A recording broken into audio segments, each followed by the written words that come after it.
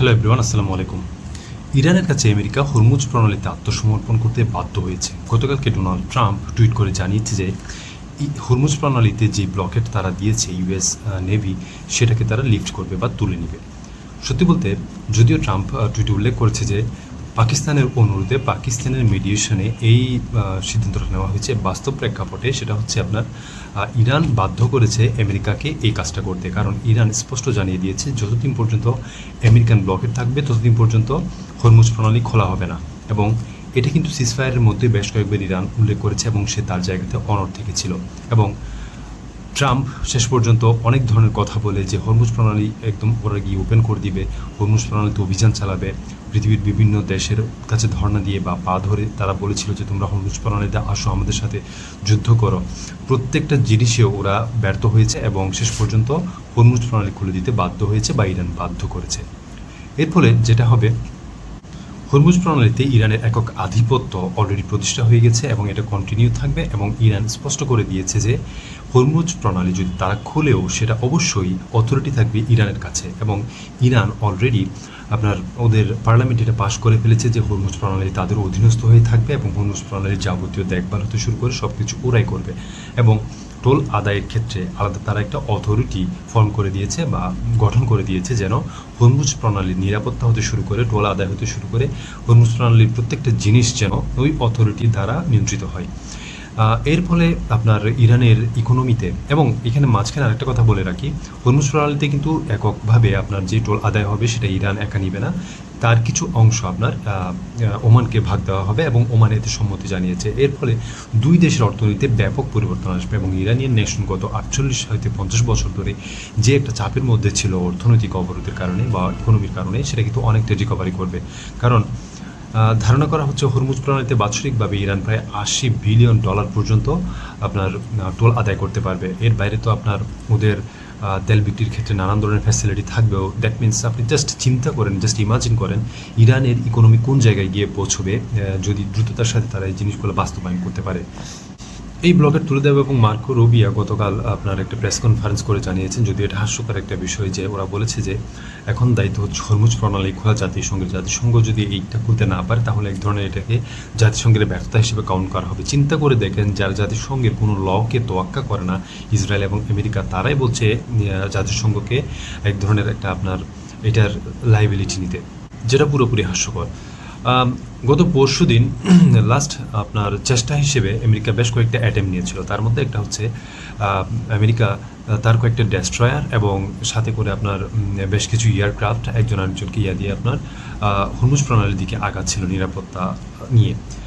Iranian navy বেশ কয়েকবার ওদেরকে ওয়ার্নিং করেছে এবং ইউএস যে ডেস্ট্রয়ারগুলো ছিল বা আপনার এয়ারক্রাফটগুলো ছিল, ওরা কিন্তু খুব দ্রুত গতিতে এগিয়ে যাচ্ছিল এবং তারা কিন্তু ইরানের যে ওয়ার্নিংটা ওটা পুরোপুরি ডিনে করতে চাইছিল, যদি ইরান বারবার আপনার বেশ কয়েকবার দিয়েছিল, ওয়ার্নিং দিয়েছিল। শেষ পর্যন্ত আমেরিকান শিপের মুভমেন্ট দেখে ইরান ফাইনাল একটা ওয়ার্নিং দিতে বাধ্য হয়েছে যে তোমরা যদি অল্প কিছুক্ষণের মধ্যে হরমুজ প্রণালীর দিকে এগোনো থেকে বিরত না থাকো বা পেছনের দিকে ফিরে না যাও, তাহলে তোমাদের পুরো ডেস্ট্রয়ার ধ্বংস করে দেওয়া হবে এবং এটার ভয়াবহ পরিণতি হবে।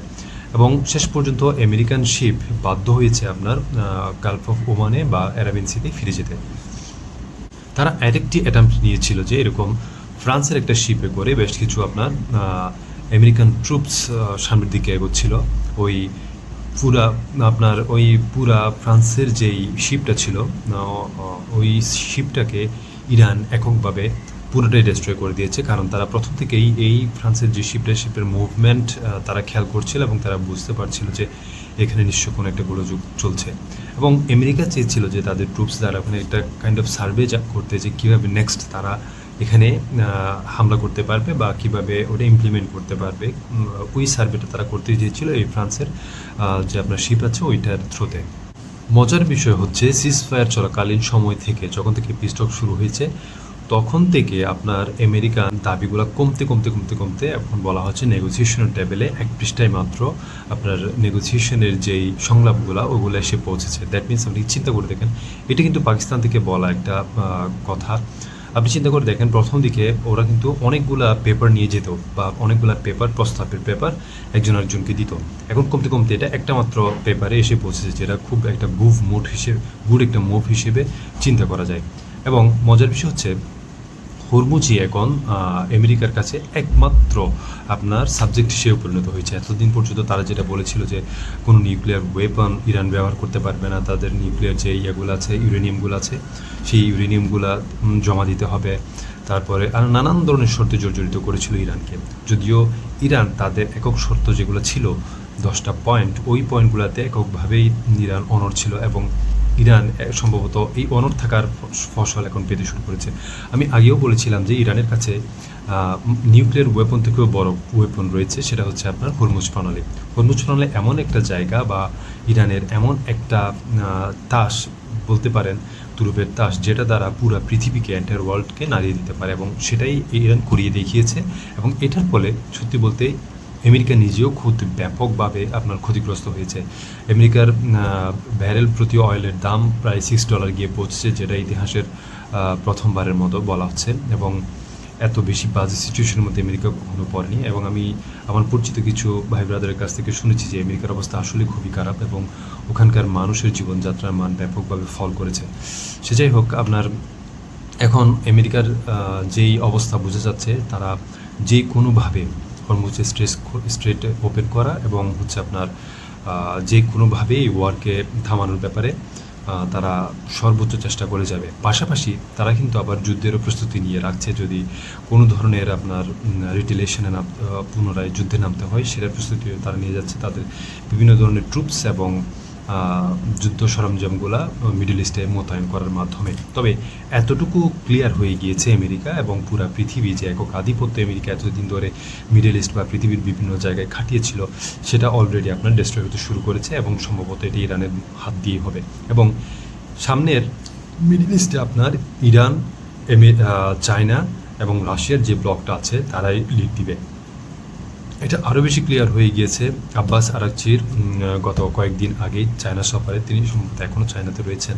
চায়না সফরে এটা একদম ক্লিয়ার হয়ে গিয়েছে, কারণ চায়নার আব্বাস আরাকচি এবং পুরা ইরানিয়ান নেশনকে এভাবে ঠিক প্লেস করেছে যে অনেকটা বীরের বেশে ইরানের বিরুদ্ধে আমেরিকার বিরুদ্ধে মাথা না নেওয়া এবং এই যুদ্ধে বীরত্বের সাথে লড়ে যাওয়া, এটাকে বীরত্বের সাথে চায়না ইরানকে প্রেস করেছে, যেটা একটা বলা চলে নিঃসন্দেহে একটা বিশাল অ্যাচিভমেন্ট ইরানের জন্য। আব্বাস আরাকচি এর আগে আপনার হচ্ছে ওমান এবং কাতার এবং পাকিস্তান সহ বেশ কিছু দেশে করেছে, আপনার বেশ কিছু সংলাপে অংশগ্রহণ করেছে। এর ফলে আপনার মূলত ইরানের টার্গেট হচ্ছে যে ভবিষ্যতে সামনে আমেরিকান আধিপত্য কমিয়ে ইরানের থ্রুতে কীভাবে মিডল ইস্টে আরও বেশি গোছানোভাবে আপনার ওদের করতে পারে, মিডল ইস্টকে লিড দিতে পারে। এছাড়াও আব্বাস আরাকচি কথা বলেছিল আপনার সৌদি আরবের যিনি পররাষ্ট্রমন্ত্রী আছেন ওনার সাথে। তার মানে এ থেকেই বোঝা যাচ্ছে এখানে পুরো টকগুলোতে যে আব্বাস আরাকচির যে সফরগুলো এবং টকগুলো ছিল, সেখানে আমেরিকা এবং ইসরায়েলের ব্যাপারে কোনো কথাই ছিল না। দ্যাট মিনস আপনি বুঝতে পারছেন ওদেরকে এখন সাবজেক্ট হিসেবে ইরান নিচ্ছে না। ইরানের এখন প্রধান সাবজেক্ট হচ্ছে আপনার কীভাবে গালফ যেই জায়গাটা আছে এবং চায়না এবং রাশিয়ার সাথে কীভাবে এটাকে কানেক্ট করা যায় এবং গালফ রিজিয়নটাকে কীভাবে স্থিতিশীল করা যায় এবং কীভাবে তার নেতৃত্ব বাড়ানো যায় এবং তার কীভাবে পাওয়ার বাড়ানো যায়। এবং পৃথিবী এটা একদম ক্লিয়ার হয়ে গেছে, বা গালফ কান্ট্রিগুলো এতটুকু অ্যাটলিস্ট ক্লিয়ার হয়ে যাওয়ার কথা এতদিনের মধ্যে, যে আমেরিকার যে একক আধিপত্য মিডল ইস্ট জুড়ে ছিল, সেটা ব্যাপকভাবে খর্ব হয়েছে। শুধু খর্ব না, সম্ভবত মিডল ইস্টে ইরান অলরেডি তো আপনার বেশ কিছু শর্তের যে 10টা পয়েন্ট দিয়েছিল শর্তের, সেগুলোতে স্পষ্টভাবে বলে দিয়েছে যে আমেরিকান কোনো বেস মিডল ইস্টে থাকতে পারবে না। এবং হরমুজ স্ট্রেটে ইরানের একক আধিপত্য বিস্তারের ফলে বা একক আধিপত্য বজায় রাখার ফলে আমেরিকা আগের মতো যে এখানে করতে পারবে না, আধিপত্য বিস্তার করতে পারবে না, সেটাও একদম ক্লিয়ার। আমার চ্যানেলটা সাবস্ক্রাইব করুন পরবর্তী আপডেট এবং ভিডিও পেতে। আসসালামু আলাইকুম।